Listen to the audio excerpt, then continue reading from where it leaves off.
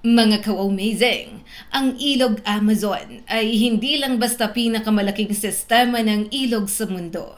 Sa likod ng malalawak nitong tubig, makakapal na gubat at tahimik na agos, may mga nilalang na kayang magdulot ng takot, panganib at kamatayan sa sinumang hindi mag-iingat. Dito, hindi lahat ng delikado ay malaki. May iba na napakaliit pero may lasong nakamamatay. May iba namang tahimik lang sa ilalim ng tubig, pero isang maling hakbang mo lang, maaari ka nang maging biktima.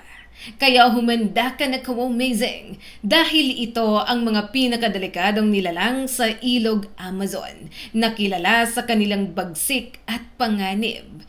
Kaya tara, ka-amazing, simulan na natin. Number 10, Poison Dart Frog. Sa unang tingin, parang laruan lang ang Poison Dart Frog dahil sa napakakulay nitong balat. May mga kulay itong dilaw, asul, pula, berde at itim na tila sinadyang gawing maganda ng kalikasan. Pero sa mundo ng mga hayop, ang matitingkad na kulay ay madalas babala. Huwag kang lalapit. Ang balat ng ilang uri ng poison dart frog ay may lason na sapat para makapatay ng maliliit na hayop. At sa ibang kaso, maaaring maging delikado rin para sa tao. Hindi ito nangangagat o nananakit tulad ng ibang mandaragit. Pero ang tunay nitong depensa ay ang lason na nasa mismong balat nito.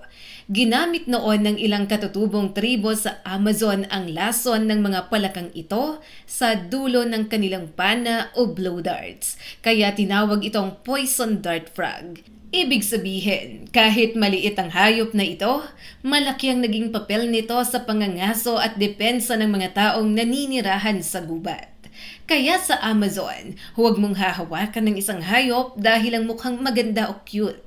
Dahil minsan, ang pinakamaliit at pinakamakulay na nilalang ang siyang may pinakanakatagong panganib. Number 9, Amazonian Giant Centipede. Ang Amazonian Giant Centipede ay isa sa mga nilalang na talagang nakakatakot makita. Mahaba ang katawan nito, maraming paa, mabilis gumalaw, at may itsurang parang galing sa bangungot. Hindi ito ordinaryong alupihan dahil maaari itong lumaki ng sobra kumpara sa karaniwang nakikita natin. Ang kagat nito ay may laso na ginagamit para paralisahin ang biktima. Kumakain ito ng insekto, gagamba, palaka, butiki, ibon, daga, at minsan ay pati paniki. Isipin mo na lang, isang alupihan na kayang umatake sa hayop na mas malaki kaysa sa inaasahan mong kaya nitong hulihin. Sa mga tao, ang kagat nito ay maaaring magdulot ng matinding sakit, pamamaga, lagnat at allergic reaction. Hindi man ito palaging nakamamatay, ang sakit at panganib nito ay sapat para katakutan ng mga nakatira malapit sa gubat at ilog. At ang mas nakakatakot pa, madalas itong nagtatago sa madidilim, mamasamasang lugar. Kaya sa Amazon, kahit ang simpleng pag-upo sa lupa, paghawak sa bato o pagsuot ng sapatos na naiwan sa labas ay maaaring maging delikado kapag may nagtatagong higanteng alupihan. Number 8, Jaguar. Ang jaguar ay isa sa pinakamatikas at pinakamakapangyarihang mandaragit sa Amazon. Bagaman mas madalas itong nasa lupa, hindi ito takot sa tubig. Sa katunayan, mahusay itong lumangoy at madalas mangaso malapit sa ilog. Malakas ang panga ng jaguar at kilala ito sa kakaibang paraan ng pagpatay sa biktima. Sa halip na lalamunan lang ang puntiryahin, kaya nitong kagatin ang bungo o matigas na bahagi ng katawan ng hayop. Ibig sabihin, napakalakas ng kagat nito kumpara sa laki ng katawan. Sa paligid ng Amazon River, ang jaguar ay maaaring manghuli ng isda, pagong, kapibara, at iba pang hayop na lumalapit sa tubig. Tahimik itong gumagalaw kaya kadalasan, hindi alam ng biktima na may panganib na papalapit na pala. Para sa tao, bihira man ang pag-atake ng jaguar, delikado pa rin ito kapag nagulat, nasukol o nagugutom. Sa gubat ng Amazon, ang jaguar ay parang multo. Hindi mo nakikita pero maaaring matagal ka na nitong pinagmamasdan. Number 7, Candiru. Ang kandiro ay maliit na uri ng catfish na isa sa pinakanakakakilabot na nilalang sa Amazon. Hindi ito malaki. Hindi rin ito mukhang halimaw. Pero ang reputasyon nito ay sapat para takutin ang sino mang maliligo sa ilog. Kilala ang kandiro sa mga kwento na ito raw ay pumapasok sa sensitibong bahagi ng katawan ng tao, lalo na kapag naliligo o umiihi sa tubig.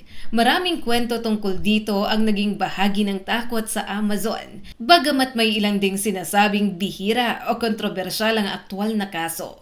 Sa natural nitong buhay, mas madalas itong kumakapit o pumapasok sa hasang ng mga malalaking isda upang sumipsip ng dugo. Maliit man ito, isa itong uri ng parasitic fish na nabubuhay sa pamamagitan ng paggamit sa katawan ng ibang hayop. Ang dahilan kung bakit ito kabilang sa listahan ay hindi lang dahil sa pisikal na panganib, kundi sa matinding takot na dala ng pangalan nito. Sa Amazon, minsan ang pinakadelikado ay hindi ang may pinakamalaking ngipin, kundi ang halos hindi mo makita. Number 6, Arapaima. Ang arapaima ay isa sa pinakamalaking freshwater fish sa mundo. Maaari itong lumaki ng napakahaba at bumigat ng husto. Kaya kapag nakita mo ito sa tubig, para kang nakakita ng dambuhalang nilalang mula sa sinaunang panahon. May matitigas itong kaliskis na parang natural armor. Ang katawan nito ay makapal, mabigat at malakas. Hindi ito karaniwang umaatake sa tao, pero dahil sa laki at lakas nito, maaari itong maging mapanganib kapag nagulat, nasaktan o nahuli. Malakas ang buntot ng arapaima. Kapag pumalag ito, kaya nitong magdulot ng seryosong pinsala sa mangingisda o sino mang malapit dito. May mga pagkakataon na ang hampas ng katawan o buntot ng malaking isda ay sapat para makatumba o makasugat. Sa Amazon, hindi lahat ng panganib ay mula sa hayop na gustong kumain ng tao. Minsan, sapat na ang bigat, lakas at laki ng isang nilalang para maging banta sa buhay ng tao, lalo na kapag nasa gitna ka ng ilog at wala kang matakbuhan. Number 5, Bull Shark. Ang bull shark ay isa sa pinakanakakagulat na nilalang na maaaring matagpuan sa mga ilog dahil isa itong pating na kayang mabuhay sa tabang na tubig. Hindi tulad ng karamihan sa pating na sa dagat lang. Ang bull shark ay kayang pumasok sa ilog at maglakbay ng malayo mula sa karagatan. Kilala ito bilang isa sa mga agresibong uri ng pating. Malapad ang katawan, malakas ang panga, at hindi ito madaling umatras kapag nakakita ng potensyal na biktima. Dahil maaari itong malito sa mababaw at malabong tubig, mas mataas ang posibilidad ng aksidenteng pag-atake. Sa mga lugar kung saan nagtatagpo ang ilog at dagat, maaaring pumasok ang bull shark at mangaso ng isda, ibon at iba pang hayop. Nakakatakot isipin na habang iniisip ng tao na ligtas siya dahil nasa ilog siya at hindi sa dagat, maaring may pating pa rin pala sa paligid. Ito ang dahilan kung bakit delikado ang bull shark sa Amazon system. Isa itong mandaragit na hindi nakatali sa isang mundo lang. Kaya nitong mabuhay sa alat at tabang. Dahilan para mas lumawak ang teritoryo ng panganib nito. Number 4, Electric Eel. Ang electric eel ay isa sa pinakakakaibang nilalang sa Amazon. Sa itsura, maaring mukha lang itong mahabang isda. Pero ang tunay nitong sandata ay hindi ngipin o kuko, kundi kuryente. Kaya nitong maglabas ng malakas na electric shock na umaabot sa daan-daang volts. Ginagamit nito ang kuryente para manghuli ng biktima. Ipagtanggol ang sarili at gulatin ang anumang nilalang na masyadong lalapit.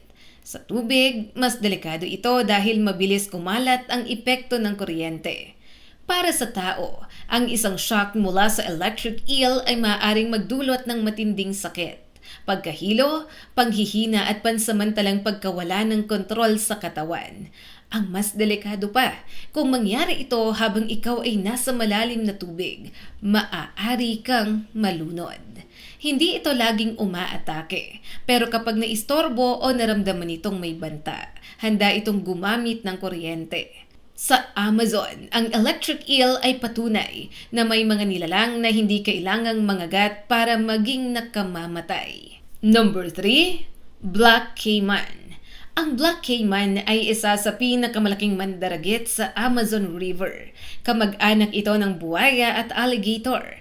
Pero may sarili itong nakakatakot na reputasyon bilang isa sa pinakadominanteng predator sa tubig. Malaki ang katawan nito, malakas ang buntot at napakalakas ng panga. Kapag kumagat ito, napakahirap ng makawala.